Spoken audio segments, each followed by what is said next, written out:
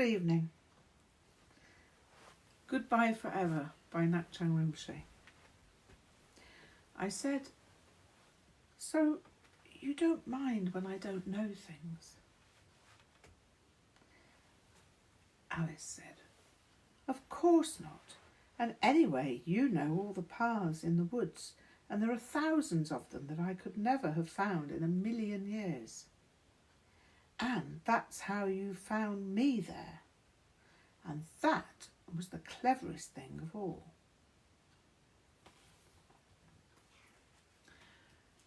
Chapter 3, The Turquoise Bee, 1959.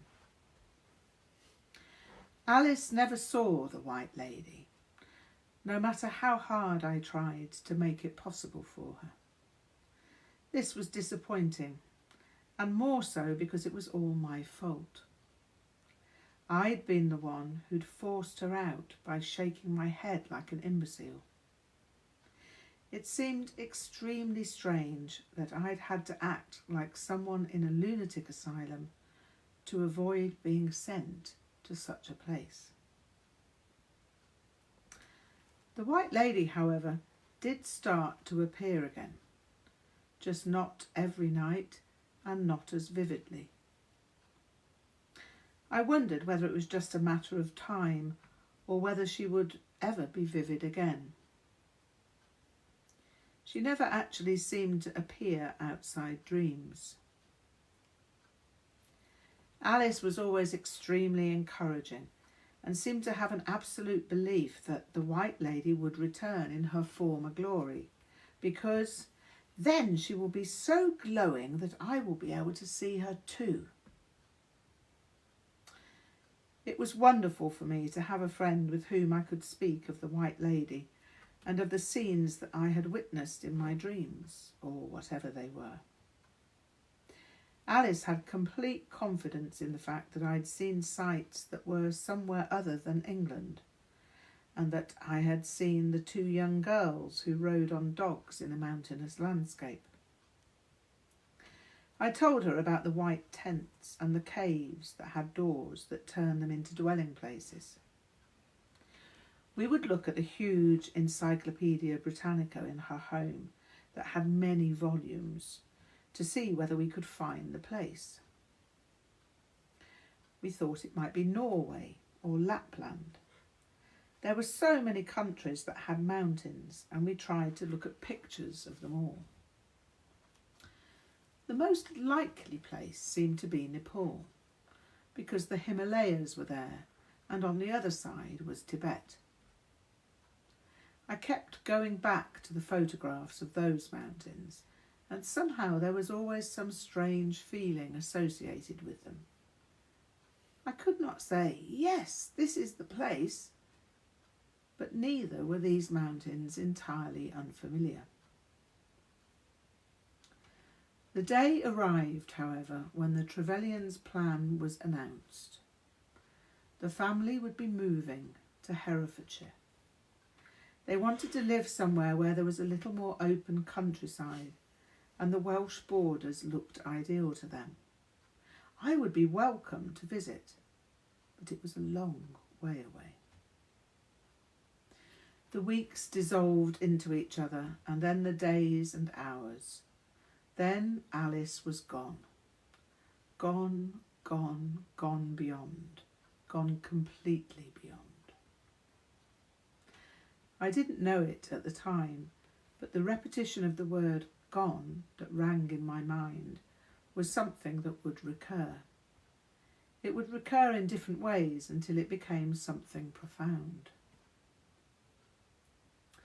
Alice had been gone for a good 6 months, but the months were not good. I had been invited to visit, but my father would not hear of it, nor would he give me their address. Alice, through the laissez-faire, eccentric, bohemian, vegetarian, nonconformist and probably Marxist influence of her parents, was deemed a bad influence. That was the end of the story. I was deeply unhappy about this, but I was supposed to pull myself together and get over it. My father was at pains to make me understand that any sense of loss I felt was entirely self-inflicted, and that he would not tolerate any moping. I therefore kept my moping to myself and spent more time in the woods where I was not visible. I spent long periods of time sitting on the branches of trees, vaguely obfuscated by foliage, trying to see the White Lady again. Try as I would, she was as gone as Alice was gone. Gone with the wind. I'd seen the film, and there was the word gone again. I didn't really understand the film that well, apart from the fact that Scarlett O'Hara was not kind to people, especially Rhett Butler. I couldn't understand what he saw in her. She was nothing like the White Lady, and nothing like Alice. Alice and I had been kind to each other, and we had been good friends. Ideas of that kind often circled in my head. On one occasion, nested in the branches of a willow tree, I encountered Mr. Love. Mr. Love lived at number 5 Woodsfield Lane and accidentally became my blues tutor for a year or so. I'd been sitting on a branch in the willow tree at the juncture where his garden and the overgrown track at the back of Woodsfield Lane merged. I'd been listening to the blues playing on his gramophone. I'd never heard anything like it before and was entirely captivated by it, as if I was listening to music from some other planet. As I sat there on that branch, Mr. Love caught sight of me. He asked me what I was doing there in the tree, but in a welcoming way. "I'm listening to your music, Mr. Love. I hope you don't mind. I don't know what sort of music that is, but it's jolly exciting. I've never heard music like that before, and so I was listening to it. What kind of music is it, please?" He smiled. "It's blues. It's from America. That is why you have not heard it before." I asked him whether I'd be able to hear it somewhere, and he replied, "We don't often listen to blues in England," he laughed. "It's a little too exciting for average English tastes." "Can I stay in the tree and listen?" I asked. Mr. Love laughed. "We can do better than that, Victor. You can come into the garden and I shall tell you about blues, if you like." "Of all the things in the world!" I exclaimed. "Yes, please, Mr. Love. I would like that of all things."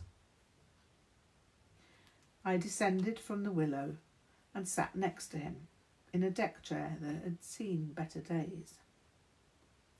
The orange and blue striped canvas was sun-faded, and the wooden frame had the marks of woodworm.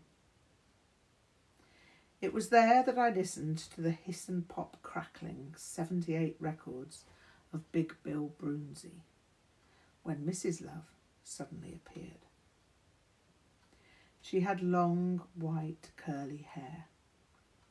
I was startled, not because she was unusually dressed for a woman at the end of the 1950s, but because she reminded me of the White Lady.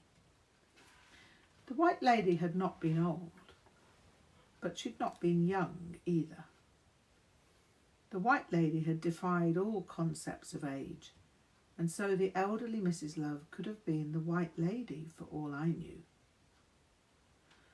The closer she came, however, the more she looked like Mr. Love's sister. She wore a white linen blouse decorated with elaborate lacework and a long white summer dress which swirled in the breeze. Although she soon ceased to be the White Lady, she brought her back to the forefront of my consciousness. I dreamt again of the White Lady that night and understood something about Alice. It is not easy to explain what I understood, but I found myself with the conviction that Alice was necessary to my well-being and to my artistic abilities. I also found myself with the understanding that this quality in Alice was there in every girl, or at least in many girls. This was simultaneously painful and propitious. I needed Alice, but Alice didn't have to be Alice. There would be other girls like Alice whom I could meet and would meet. Then eventually there would be one who was everything Alice had been and much more. But why couldn't she just be Alice? I didn't want to have to replace Alice, no matter how much better another Alice might be. I didn't want a better Alice, I just wanted Alice.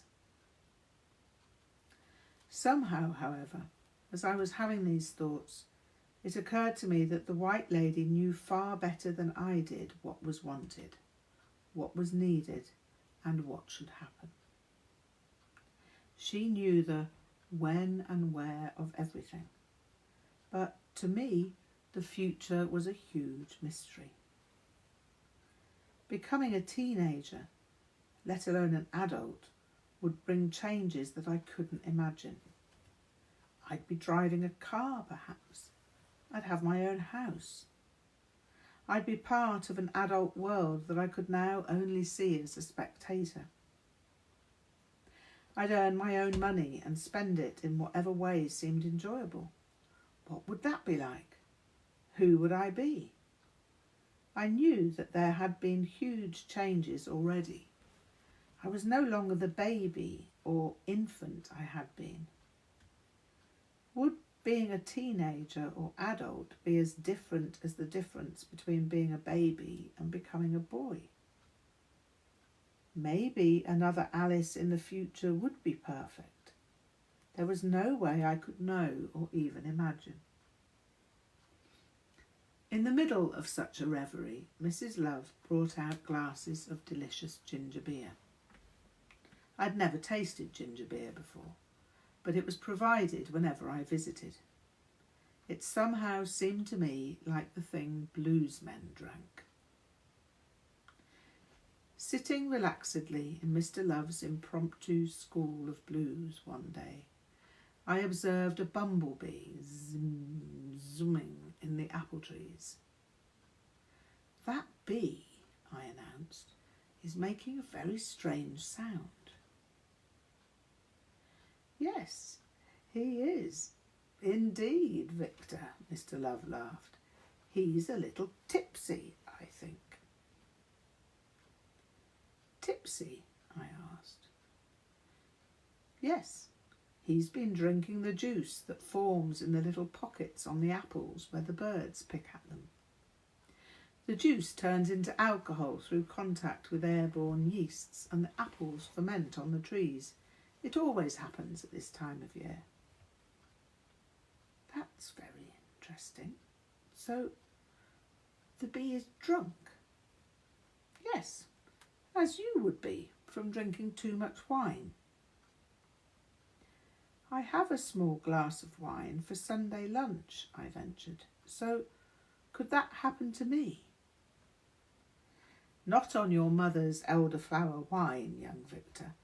Delicious though it is, it does not contain much alcohol, so you would be quite safe to drink even a full glass of it." "I have heard of being drunk, but I don't know what it means." "Well, it's not a good thing, Victor, and it should be avoided. It's like not being able to walk properly. People can fall over when they're drunk or drop things because they have no proper control of themselves. They also wake up the next day feeling ill." "Why do they do it then? Well, at first it makes them feel good. But then if they have no self-control, they just keep wanting more. And that's what makes them ill. I never want to do that. That sounds awful. It is, young Victor, and I hope you will always feel the same. If you do, you will avoid it and have a better life for it. In moderation, wine is a very pleasant thing, as you have seen with your mother's elderflower wine. Your mother was so kind as to send me a bottle, nay, several over the last few years, and I am most partial to a sip of it. Speaking of bees, however, I have a record I could play concerning bees. He sorted through his box of records and pulled out one of the delicious-looking brown paper sleeves. You may have heard about the queen bee, but this song is about a king